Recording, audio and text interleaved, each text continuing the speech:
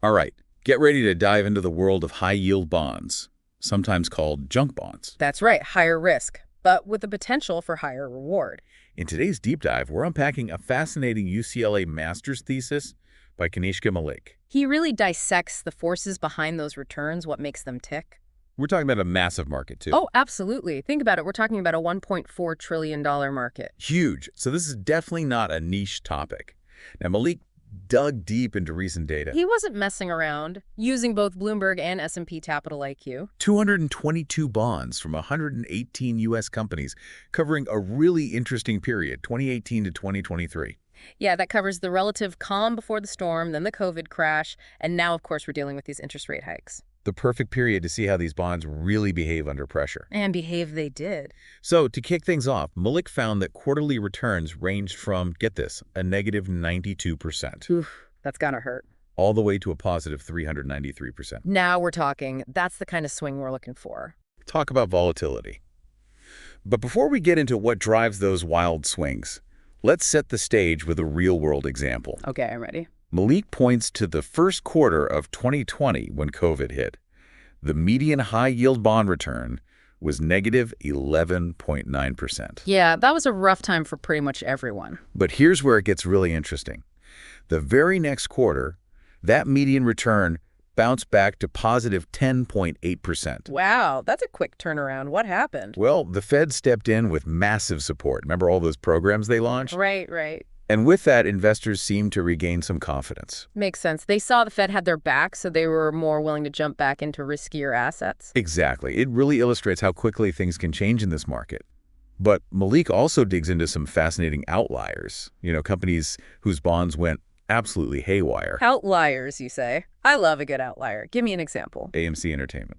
Of course, the meme stock darling. Remember that whole frenzy? How could I forget? It was everywhere you looked. Well, in the first quarter of 2021, their bonds, get this, they skyrocketed over 300%. Whoa. So even the wildest corners of the market can impact these bonds. It shows just how interconnected everything is. Okay, so we've established that high-yield bond returns can be more volatile than a roller coaster. So what Malik wanted to know was, can we predict these movements? Are there telltale signs, maybe in a company's financials, or even in the broader economy, that can give us some clues? I'm all ears. Tell me more. So we've talked about how volatile these returns can be, but let's dig into some of those factors that Malik looked at. Yeah, let's get down to the nitty-gritty. Starting with the company itself, what's going on in their financials. Right, because at the end of the day, these are still company bonds. And one of the biggest factors Malik found was leverage. Which makes sense, right? The more debt a company has, the riskier it is. Exactly, and the more those bond returns can swing. Now, a lot of people just look at a company's debt-to-equity ratio. But Malik went deeper, right? He looked at it a few different ways. Oh yeah, he used both past and future earnings to measure leverage. So he's not just looking in the rearview mirror. He's trying to anticipate future performance. And that's key because a company's ability to generate earnings down the road is crucial for paying back its debt. Speaking of paying back debt, Malik also factored in cash flow, which I thought was interesting. Cash flow is king. It's one thing to have earnings on paper, but actually having the cash on hand to make those interest payments, that's what matters. Especially in the high-yield world where those interest payments can be hefty. Absolutely. Okay, so we've got leverage, cash flow. What else did Malik look at? Well, another big one is interest coverage. Right. Can the company actually afford to make those interest payments? Sounds pretty basic, right? You'd think so.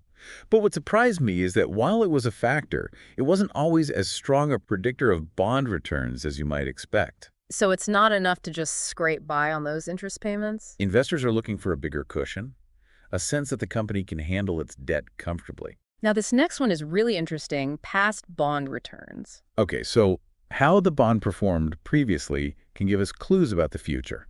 That's what Malik found, but, and this is a big BUT, the strength of that relationship changed depending on the overall market conditions. So a bond that did well in a booming market might not fare so well when things take a downturn. It's all relative, right? Context is everything. And then there's the link between a company's stock performance and its bond returns. That one kind of surprised me. Why is that? A lot of people think of those as separate worlds. I guess so. But you have to remember, they're both influenced by a company's overall health and investor sentiment. Right, so if a company's stock is doing well, investors are feeling good.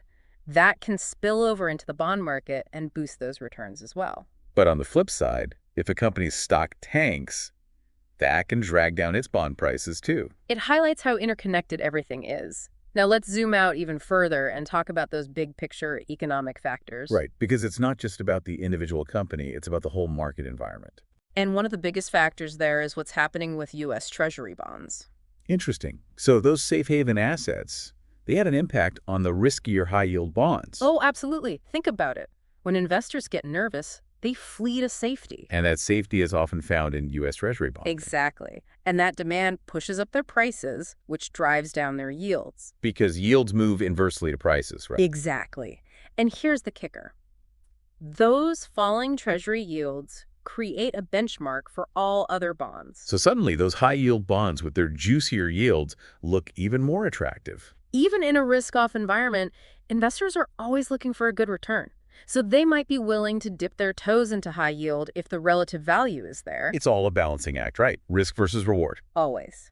Now, another key economic factor Malik looked at is GDP growth. I would think a strong economy is good news for all companies, even those riskier ones. It makes sense, right?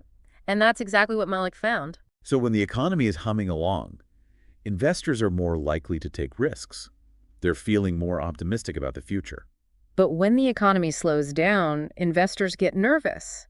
They pull back on risk, which can hurt those high-yield bond returns. Now, this next one I found really interesting, the S&P 500, and how closely it's correlated with high-yield bond performance. Yeah, they're like two peas in a pod sometimes. It's that investor sentiment at play again. So when the S&P is up, high-yield bonds tend to do well too, and vice versa. It just shows how interconnected everything is. So we've gone through a ton of factors that influence these high-yield bond returns. It's like a giant puzzle, right? All these pieces that fit together. Exactly. Can we use all this information to predict what's going to happen next? Can we build a model that points us to those winning investments? That's the holy grail, isn't it?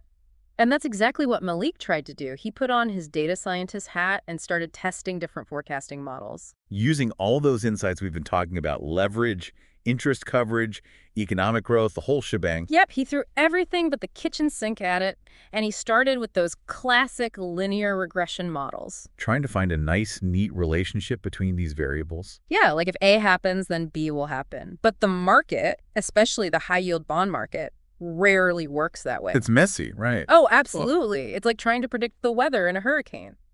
So Malik had to get more sophisticated. And that's where things like the random forest model come in. Exactly. Think of it like this. Instead of one simple equation, you've got a whole forest of decision trees, each analyzing different aspects of the data. Sounds pretty complex. It is, but it can be much more powerful for capturing those subtle relationships in the data. So after all of that analysis, all that number crunching, what did Malik find? Did he crack the code? Well, some factors were definitely more predictive than others. Like those treasury bond yields we talked about. Exactly. They consistently showed up as a strong predictor of high-yield bond returns. And a company's leverage. Yep, that was another big one. The more leveraged a company, the riskier those bonds tend to be. But here's the thing. Even with all these insights, accurately forecasting high-yield bond returns, especially over the long term, is still incredibly challenging. So no crystal ball then. Afraid not. The market still has a few tricks up its sleeve. There's always an element of unpredictability. There always is. But that doesn't mean this research isn't valuable. Oh, absolutely not. Even if we can't predict the future with perfect accuracy, understanding these underlying forces gives us a huge advantage. It's like having a roadmap instead of just driving blindfolded. Exactly. You might not know every twist and turn, but at least you have a general direction. So for our listeners out there, what are some key takeaways? What can they learn from Malik's research, even if they're not managing a multi-billion-dollar bond portfolio? Yeah, what's the practical advice here? Well, first off, diversification is key. High-yield bonds can be tempting with those juicy yields. But they're not for the faint of heart. No, they're not. So don't put all your eggs in one basket. Spread your investments around, different asset classes, different risk levels. Diversification, it's not just a buzzword, it's your financial life raft. What else? Stay informed. You don't need to be a Wall Street whiz, but keep an eye on those economic indicators. Things like GDP growth, interest rates, all those factors we talked about. Exactly, because those broader trends can have a big impact on your investments, even if you're not directly investing in those specific things. Knowledge is power. Any final pearls of wisdom you want to leave our listeners with? Well, Malik's research got me thinking. He focused on U.S. companies, right? So it made me wonder, would we see the same dynamics at play in emerging markets? Oh, interesting. Right. Those economies can be even more volatile, the risks and potential rewards even greater. So that's something to ponder. But overall, Malik has given us a fantastic starting point for understanding the fascinating and sometimes frustrating world of high-yield bonds. He's given us that roadmap we were talking about. And it's up to each of us to take that map, do our own research, and navigate these markets as best we can. But as always, keep asking those great questions, keep learning, and until next time on The Deep Dive.